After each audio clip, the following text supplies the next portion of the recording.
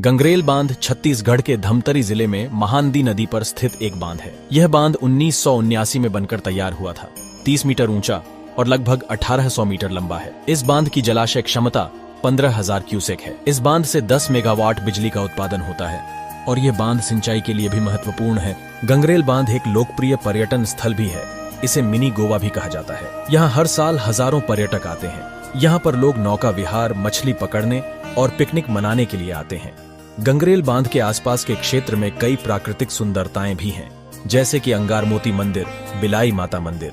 गंगरेल बांध छत्तीसगढ़ के लिए एक महत्वपूर्ण संरचना है। यह बांध सिंचाई, बिजली और